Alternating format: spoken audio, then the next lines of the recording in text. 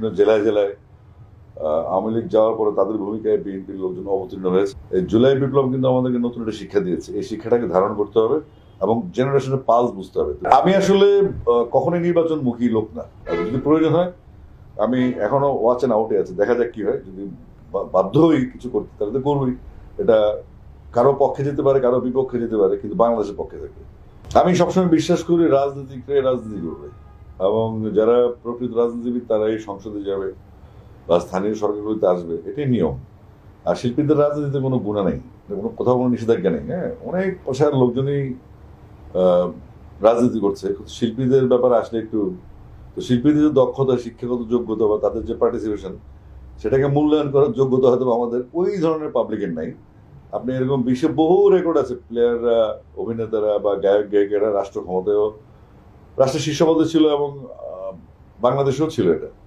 তো সংস্কৃতি এবং ক্রীড়া এই দুইটার মাধ্যমে আসলে যে অংশগ্রহণটার মাধ্যমে সুস্থ একটা জাতি গঠন করা সম্ভব, সেটা আমাদেরকে মাথায় ঢুকাতে হবে। সুতরাং আমি বিশ্বাস করি শিল্পীদের রাজনীতিতে অংশগ্রহণ, পার্লামেন্টে যাওয়া এবং শিল্পীদের যেই চেতনাটা, সাংস্কৃতিক চেতনা সারা দেশে ছড়িয়ে আছে, লালন হাসান থেকে শুরু করে ভাটিয়ালি, ভাওয়াইয়া, আমাদের দেশের তো গান, প্রত্যন্ত অঞ্চলে আমাদের অনেক সাংস্কৃতিক ঐতিহ্য আছে, যেগুলোকে তুলে ধরার জন্য একটা শিল্পী যথেষ্ট। তো আশা করবো রাজনীতিতে শিল্পীদের অংশগ্রহণ বাড়বে, পজিটিভ, শুধুমাত্র এমপি মন্ত্রী হওয়ার জন্য না, দেশের জন্য কাজ করার জন্য একটা রাজনৈতিক পরিচয় লাগে এবং সেই রাজনৈতিক পরিচয়টাকে দেশের জন্য কাজে লাগানোই হবে মহান কাজ। না, আমি আসলে কখনোই নির্বাচনমুখী লোক না।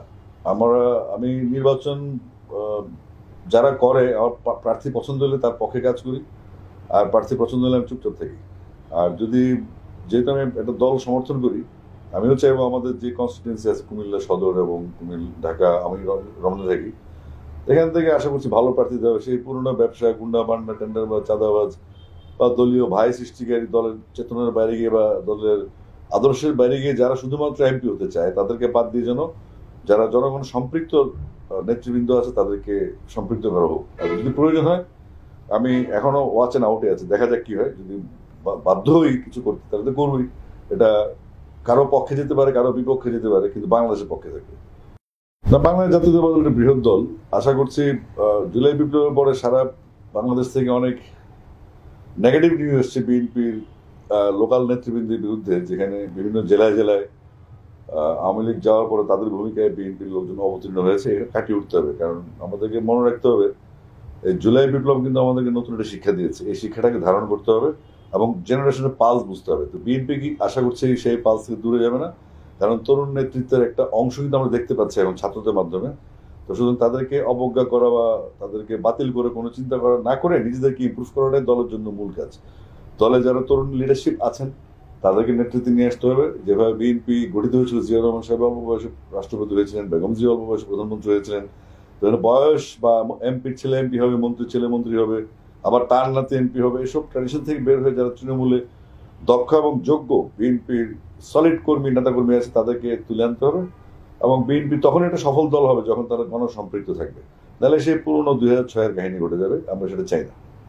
আসলে ভারতের বিভিন্ন প্রদেশে আমাদের পরিচিত মানুষজন আছে। পশ্চিমবঙ্গে বাংলাদেশের রাজনীতিতে যতটা উত্তাপ ছড়াচ্ছে বা যতটুকু ফলস খবর আমরা পেয়েছি, যেটা আমাদের স্বাধীনতা সার্বভৌমত্বের বিরুদ্ধে যায়, কিন্তু ব্যাপারটা আসলে গ্রাহ্য করার কোনো বিষয় নেই। এই কারণে বাংলাদেশের মানুষ আর পশ্চিমবঙ্গের মানুষ একটু ফেসবুক ফ্রিক, তারা সোশ্যাল মিডিয়া ফ্রিক, তারা সোশ্যাল মিডিয়া চর্চা খুব অভ্যস্ত এবং আমার তাদের অন্য কোনো কাজ কামের চেয়ে সোশ্যাল মিডিয়া একটা মন্তব্য করা তাদের কাছে খুব আত্মতৃপ্তি মনে হয়। তো এটা নিয়ে মোটেও ভাবিত না, কারণ আমাদের সরকার দৃঢ় পদক্ষেপে আছে এবং ভারতের সাথে আলাপ চলছে। আমরা আশা করছি দ্রুততম সময়ে এসব সমস্যার সমাধান হবে এবং বাংলাদেশের একটা গণতান্ত্রিক সরকার প্রতিষ্ঠিত হবে এর মাধ্যমে। আমরা চাই না আমার দলীয়করণ হোক, পুলিশ দলীয়করণ হোক, সচিবালয় দলীয়করণ হোক, বিটিভি দলীয়করণ হোক। আমরা যাচ্ছি যারা সলিড, যারা বাংলাদেশকে ভালোবাসে, বাংলাদেশ সার্বভৌমত্ব বিশ্বাস করে, তাদের অংশগ্রহণের মাধ্যমে বাংলাদেশ এগিয়ে যাবে। আর যদি এর কোনো ব্যত্যয় ঘটে তাহলে ছাত্র জনতার যে বিপ্লব আমরা দেখেছি সেটার পুনরাবৃত্তি হতেও সময় লাগবে না। সুতরাং আমরা চাইবো এই জেনারেশন পালস বুঝে যেন আমাদের রাজনৈতিক দলগুলো সিদ্ধান্ত দেশ পরিচালনার, এবং আমাদের যে জুলাই বিপ্লবের যে সফলতা, জুলাই বিপ্লবের যে ত্যাগ, মানুষের যে ত্যাগ, সেটাকে সমুন্নত রাখতে হবে। একটি গণতান্ত্রিক দেশ যেন বাংলাদেশ বিশ্বের বুকে মাথা সমুন্নত করে দাঁড়াতে পারে, এই প্রত্যাশা থাকবে আমার কাছে জুলাই বিপ্লবের আলোকে।